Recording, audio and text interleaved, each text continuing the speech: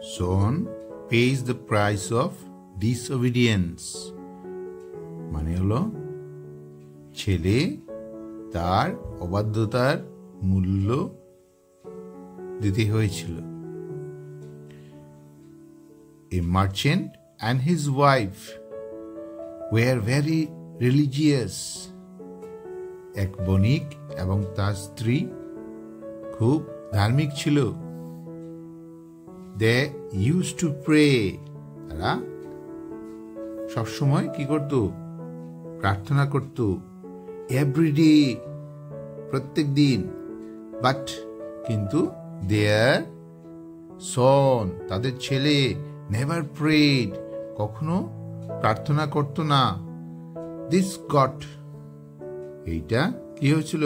The mother worried, এই যে তার ছেলের ব্যবহার, এই ধরনের ব্যবহার কি করত? তার মাকে অনেক চিন্তিত করত। She somehow sent him to a temple. তার মা যে কোনো প্রকারে বা যে কোনো ভাবে send মানে পাঠিয়েছিল। কাকে? তাকে। কোথায়? টেম্পলে মানে মন্দিরে। One day, একদিন, to listen, একদিন শোনার জন্য, to listen মানে শোনার জন্য, to the sermons মানে উপদেশ শোনার জন্য, sermons মানে উপদেশ। কোথায়? মন্দিরে উপদেশ শোনার জন্য পাঠিয়েছিল তার মা তাকে। She thought, তাই মানে তার মা ভেবেছিল, that যে the sermons might change her son's perspective, মানে তার ছেলের যে দৃষ্টিকোণ সেটা মানে কি করবে? উপদেশ শুনে হয়তো চেঞ্জ হতে পারে, মানে বদলে যেতে পারে। সেটা ভেবেই তার মা তাকে সারমনস মানে উপদেশ শোনার জন্য টেম্পলে পাঠিয়েছিল, মানে মন্দিরে পাঠিয়েছিল। সি প্রমিসড, তাকে তার মা প্রতিশ্রুতি দিয়েছিল কি? টু গিভ হিম, তাকে দেবার জন্য কি? অ্যান অ্যাওয়ার্ড মানে পুরস্কার দেবে বলে, যদি সে মন্দিরে যায় তাহলে তাকে তার মা তাকে পুরস্কার দেবে। কি পুরস্কার দেবে? এ ব্যাগ ফুল অফ মানি, মানে এক ব্যাগ ভর্তি টাকা দেবে। ইফ হি গোস, যদি সে যায়। কোথায়? টেম্পলে। দি সন ওয়েন্ট টু দি টেম্পল, ছেলে সেই মন্দিরে গিয়েছিল। And slept through out the সারমন, মানে পুরো যত সময় উপদেশ চলেছিল সেখানে সে তত সময় কি করেছিল? সেখানে সে শুনে নাই, সে কি করেছিল? সে ঘুমিয়েছিল। নেক্সট ডে, পরের দিন, দি সন রিটার্ন, পরের দিন যখন ছেলে ফিরে এসেছিল, অ্যান্ড রিসিভড এবং নিয়েছিল কি?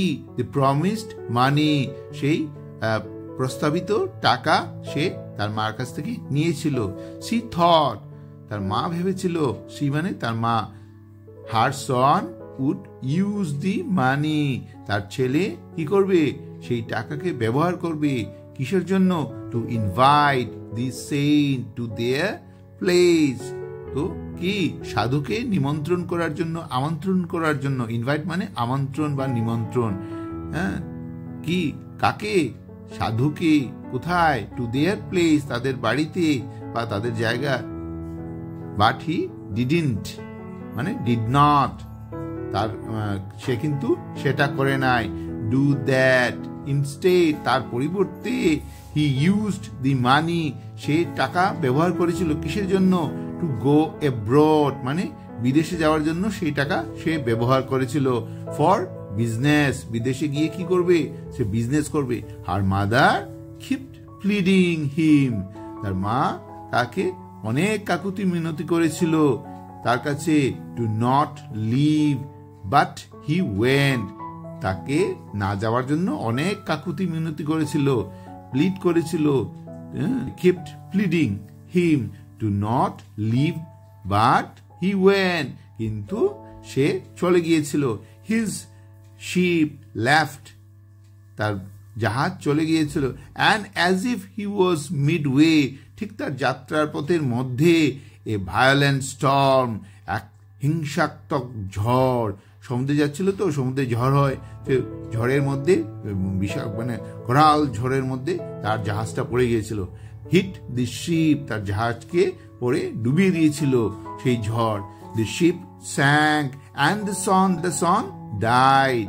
The ship sank and the son died. সেই জাহাজটা কি হয়েছিল? ডুবে গিয়েছিল এবং তার ছেলে কি হয়েছিল? মারা গিয়েছিল এতে। At last, অবশেষে he paid the price of disobedience.